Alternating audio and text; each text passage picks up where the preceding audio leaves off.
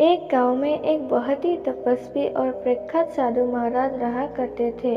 उसी गांव में उनका एक छोटा सा मठ था जिसमें वो और उनके कुछ शिष्य रहते थे। वह प्रतिदिन वहाँ प्रवचन दिया करते थे। साधना करते गांव के लोगों का उनके ज्ञान और शक्ति पर बहुत विश्वास था, जिसके कारण वो हमेशा उनकी सभा में आते, उनके वचनों को सुनते। प्रवचन होने के बाद तपस्वी साधु अक्सर लोगों से उनकी समस्याओं को जान उसका हल बताया करते थे।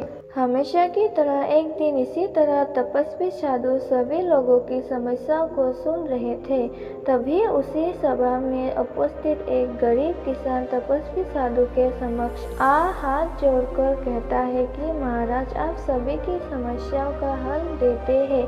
मेरी भी एक समस्या है, कृपा कर आप मेरी भी सहायता करें। तपस्वी साधु कहते हैं कि मैं पूरी कोशिश करूंगा, बताओ क्या समस्या है। तब किसान कहता है कि कुछ दिनों बाद मेरी पुत्री का विवाह है, लेकिन मेरे पास इतने पैसे नहीं है कि मैं उनका विवाह कर सकूं। कृपा करके आप मेरा सहायता करें, मेरी मदद करें ताकि मैं ये विवाह कर सकूं। ये सुन तपस्वी साधु कहते हैं कि जो है उसमें भी यह विवाह हो सकता है, किसी के पास क्यों कुछ मांगना, जो है उसमें आप कार्य करें। तपस्वी साधु की ये बात सुन किसान दुखी हो जाता है और वहां से खाली हाथ लौट जाता है। तब वो अपनी पुत्री के विवाह के लिए पूरे गांव घूमता, किसी धनी सेठ के पास जाता तो कभी किसी और के पास, लेकिन उसे कहीं धन की सहायता नहीं मिली। वो अब और दुखी और परेशान रहने लगा कि भला कैसे थोड़े से पैसे में ये विवाह करेगा, यह काफी नहीं है। वो अब इसी चिंता में डूबा रहता। कुछ दिन बीत गए, किसान ऐसे ही घूम रहा था। तभी तपस्वी साधु उसे मार्ग में ऐसे भटकते देख स्वयं के पास उसे बुलाकर कहते हैं कि क्या हुआ, तुम इतनी चिंतित क्यों हो। ये सुन किसान कहता है कि एक गरीब बेसहारा पिता और क्या ही कर सकता है। मेरी पुत्री का कुछ ही दिन में विवाह है और मेरे पास पर्याप्त धन नहीं है कि मैं उसका अच्छे से विवाह कर सकूं। मैंने सबसे मदद मांगी, मैं सबके पास गया, लेकिन किसी ने मेरी सहायता नहीं की। अब तो मुझे ना कोई आधार नजर आ रहा है, ना कोई मर्द। मैं ये नहीं समझ पा रहा हूँ कि मैं क्या करूँ। आपने भी मेरी सहायता करने से इनकार कर दिया, मैं कहाँ जाऊँ। इतना कह किसान रोने लगता है। उसकी ये दयनीय दशा देख तपस्वी साधु से रहा नहीं जाता। उसे कहते हैं कि तुम आज रात मेरे पास मेरे मठ में आओ, मुझसे मिलना। इतना कहकर वो मठ की ओर चले जाते हैं। संध्या होने पर जब अंधेरा होने लगता है, तब किसान साधु महाराज के मठ के लिए निकल जाता है और वहाँ उनके पास जा उनसे कहता है कि मैं आ गया महाराज। उस समय तपस्वी साधु अपनी साधना में पूरी तरह लीन थे। किसान वही कुछ देर प्रतीक्षा करता है। साधना से उठ वो किसान कहते हैं कि चलो मेरे साथ। वो उसे अपने साथ जिस स्थान पर पेड़ के नीचे बैठ वो उपदेश देते हैं वहाँ ले जाते हैं और वहाँ जा किसान से कहते हैं कि इस पेड़ की जोड़ों के पास थोड़ी खुदाई करो। ये सुन किसान वैसा ही करता है। वो पेड़ के जड़ के पास खुदाई करने लगता है। तभी अचानक उसके मुख पर एक हल्का सा प्रकाश पड़ता है। अंधेरे में मिट्टी से मिलती ये रोशनी आसपास फैल जाती है। ये देख किसान आश्चर्य हो जाता है कि भला इस मिट्टी में ऐसा क्या है जो इस अंधेरे रात में इतना प्रकाश दे रहा है।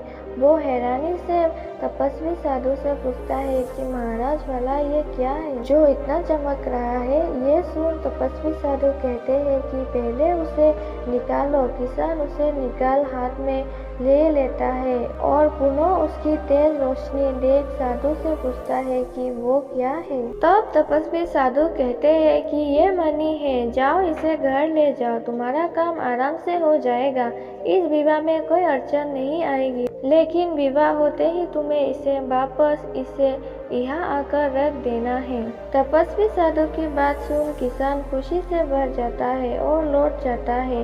कुछ दिन बाद जब उसकी पुत्री का विवाह संपन्न हो जाता है, तब वो खुशी खुशी आज साधु को धन्यवाद देता है और उनको वो मणि वापस कर देता है। तपस्वी साधु उस मणि को लेकर वही एक तरफ रख देते हैं और ध्यान में लीन हो जाते हैं। उस चमत्कारी मणि को इस तरह रखते देख किसान बहुत हैरान होता है कि भला वो इसे ऐसे क्यों रख रहे हैं।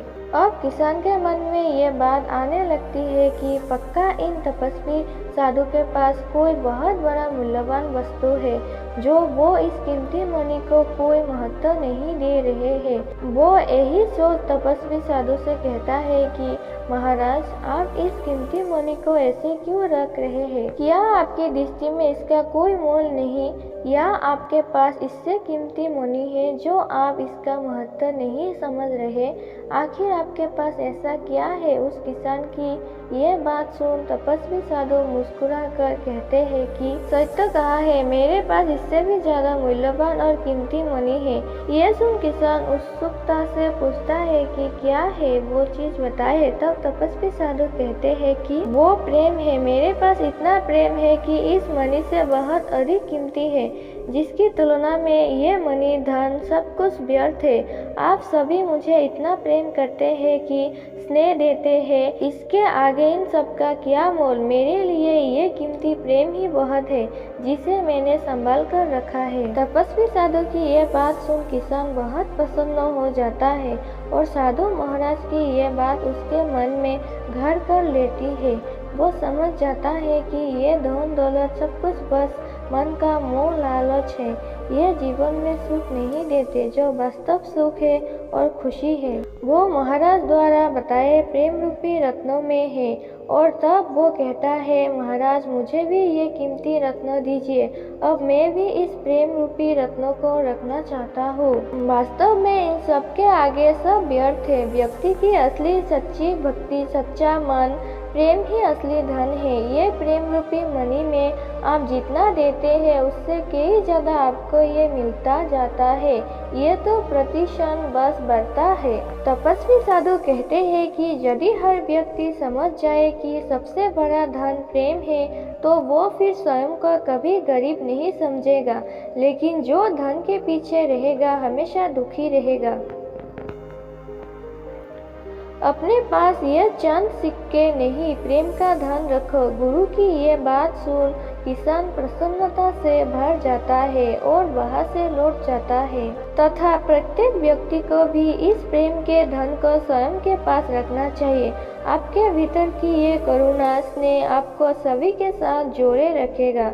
आप एक दूसरे का भला कर पाएंगे। लेकिन यदि आप इसका त्याग कर धन के पीछे भागेंगे तो ना कभी स्वयं खुश रहेंगे, ना दूसरों को खुश रख पाएंगे। दोस्तों, इस वीडियो में बस इतना ही। मिलते हैं अगली वीडियो में। अपना ख्याल रखिएगा। धन्यवाद।